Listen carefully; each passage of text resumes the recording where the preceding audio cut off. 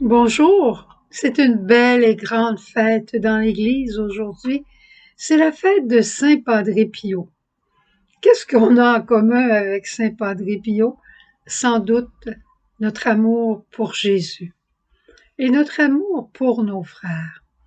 C'est ce qui veut le plus nous communiquer. Et en cela, tout le monde aime Padre Pio. Il y en a qui ont peur de lui un peu parce qu'il lit dans les cœurs. Ça, des fois, ça peut déranger des fois des consciences.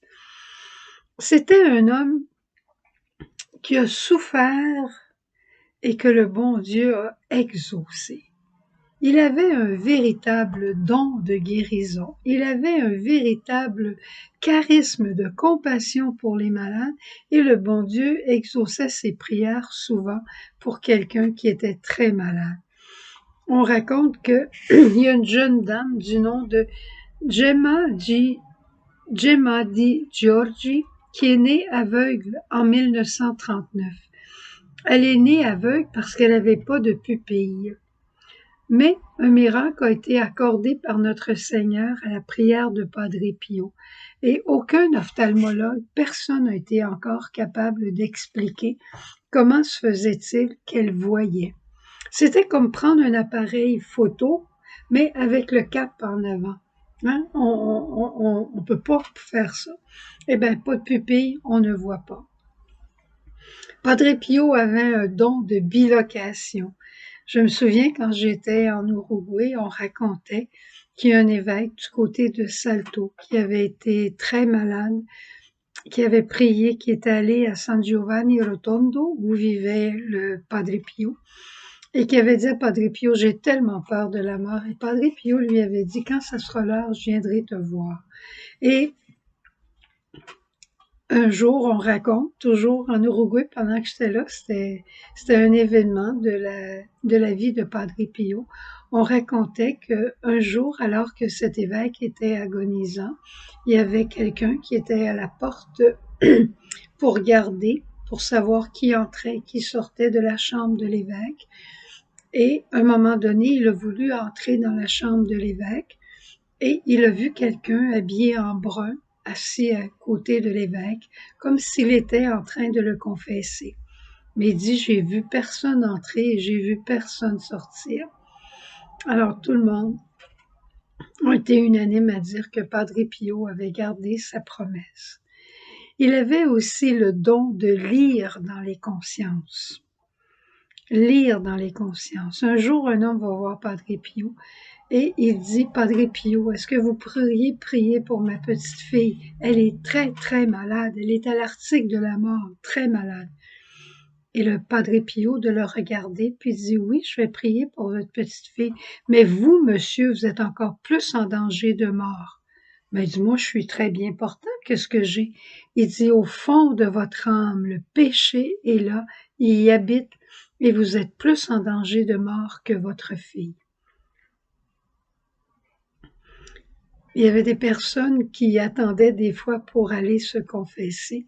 Et une fois, Padre Pio est sorti du confessionnal, puis il a dit, le monsieur qui est là-bas, là, tant que vous n'aurez pas la contrition de votre péché, tenez-vous pas en ligne juste pour voir si je vais faire un miracle. J'en ferai pas.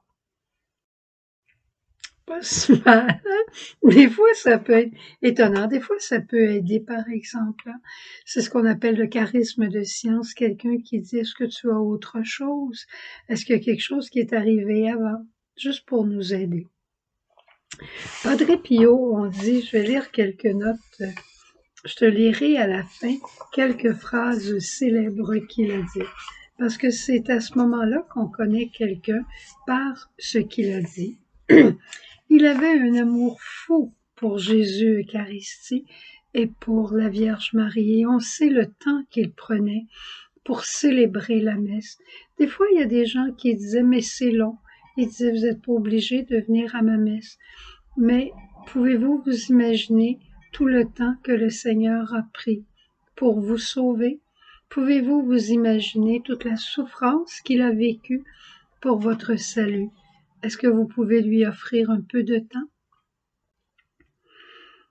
Il a été incompris dans sa communauté, il a été mis de côté. Il y a un temps où il pouvait plus confesser, il pouvait plus célébrer l'Eucharistie devant les gens. Il a vécu son propre chemin de croix aussi. Mais il était passionné de Jésus et à travers cette passion, il avait la passion de ses frères malades. Comme Jésus cherche toujours des âmes délicates et compatissantes, il a partagé avec Padre Pio sa croix jusqu'à la fin.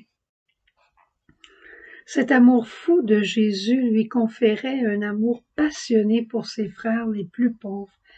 Et contre vent et marée, il fonda un hôpital, une maison du soulagement des malades pauvres. Et il y a ça s'appelle la Casa del Sufrimiento, la maison pour le soulagement de la souffrance. C'est à pas Castel Gandolfo, à Rotondo, là, San Giovanni Rotondo. Et cette maison, cet hôpital, est un hôpital qui a été construit du temps de Padre Pio et où c'est un des hôpitaux les plus modernes de l'Italie. Les meilleurs pédiatres sont là. Et pour les enfants pauvres et les enfants malades, ça ne coûte absolument rien. C'est comme, cet hôpital a été comme une couronne pour lui, une couronne de la victoire de Dieu dans sa vie. Alors, je te laisse avec, parce qu'il faut commencer, hein, je te laisse avec quelques phrases qu'il a dites et qui nous amènent à méditer aussi. Je vais commencer avec la Vierge Marie qu'il affectionnait. Que Marie fleurisse et parfume ton âme de vertus toujours nouvelles, et qu'elle pose sa main maternelle sur sa tête. Et avec Padre Pio aujourd'hui, je le demande pour toi. La bonté et la miséricorde de Dieu non seulement ne rejettent pas les pécheurs repentis, mais vont toujours à la recherche des plus obstinés. Ça nous encourage à prier pour les nôtres.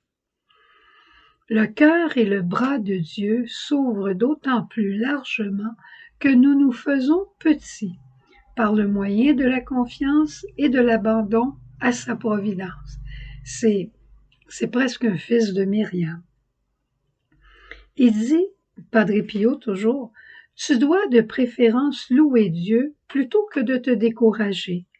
S'il te réserve des souffrances, alors il va te donner la force qu'il faut.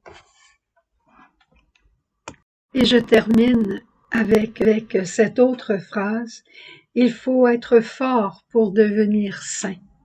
Voilà notre devoir. La vie est une lutte permanente et nous ne pouvons l'éviter. Il nous faut triompher dans tous ces combats. Triompher avec l'aide de Dieu et l'aide de la communion des saints. Alors aujourd'hui, on peut demander une guérison, on peut demander une vertu d'humilité, on peut demander un don de compassion pour nos frères, on peut demander un amour fou pour Jésus, on peut demander un amour passionné pour la Vierge Marie. On peut tout demander à Padre Pio aujourd'hui si on se fait petit, humble et pauvre. Il va être content de nous exaucer. Bonne journée, tu m'en reparleras.